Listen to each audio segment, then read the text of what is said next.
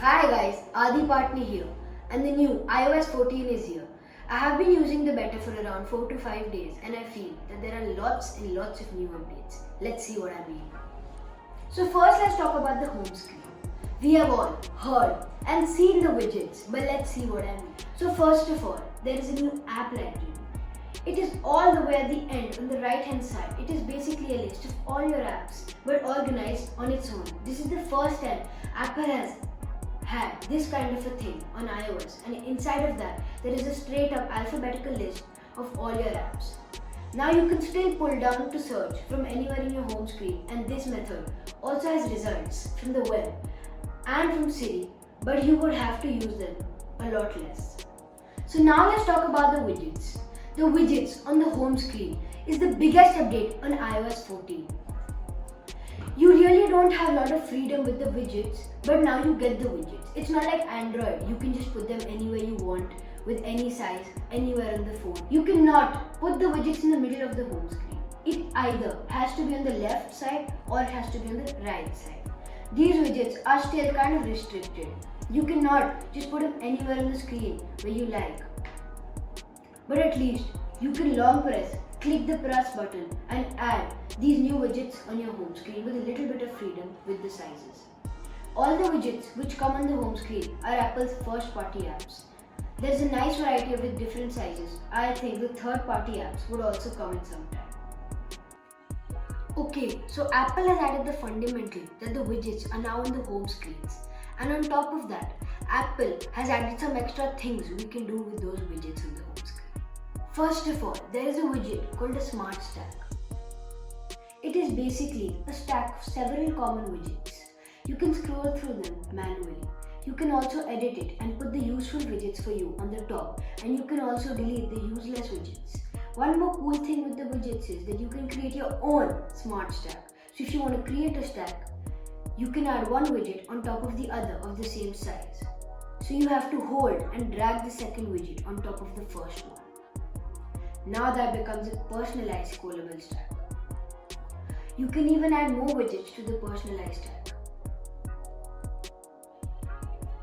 So one more thing with iOS 14 is that you can hide the home screens. So the apps which you don't really use but you want to keep because you'll use it sometime and you think that you need them. Instead of putting them in a folder, you can just put them on one page and hide them. So for hiding the pages or any one page, you have to long hold, click on the dots and hide the page you don't want. Now you don't have to see those apps again. You can also make a whole page setup with literally no apps and just widgets if you want it. So one more thing that has been updated in iOS 14 is the compact user interface. So in iOS 13 and older versions, when you were getting a FaceTime, a phone call or even Siri, they would take up your whole screen, but now that thing is fixed. Now in iOS 14, you just get a drop down notification. You can either hide it or you can accept it. And when you're getting a call or a FaceTime, you can accept the call or reject it.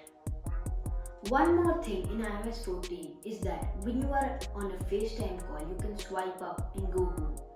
You can do other work and the FaceTime would not pause. It would be a picture-in-picture view. Picture-in-picture views are very useful. For instance, you are watching a movie on Apple TV or on Netflix or just on any other app or even Safari. Once a video is full screen in Safari, you just have to swipe up and the video comes to your home screen in a picture-in-picture window. You can adjust the size of that window according to your preference. Take it in the corner. You can also take it to the side to get rid of the video, but the audio would be audible. And then you can bring it back whenever you want. This thing is very useful. The last thing in compact UI is the Siri. In previous iOS versions, it would take the whole screen like this. And now it only comes on the bottom of the screen like this. When you ask Siri something, it comes on the top. But when Siri is on, it does not let you interact with apps behind it. So you have to escape Siri. Yes, the animation is smaller, but it still does not feel like true multitasking. However, you can see what is underneath it. for your reference.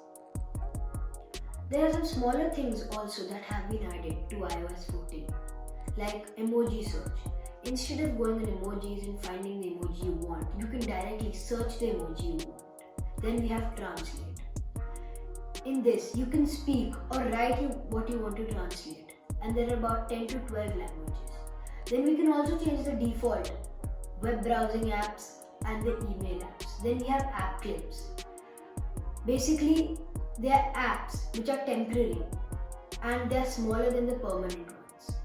Some of the unique features in iOS 14 are in the accessibility settings.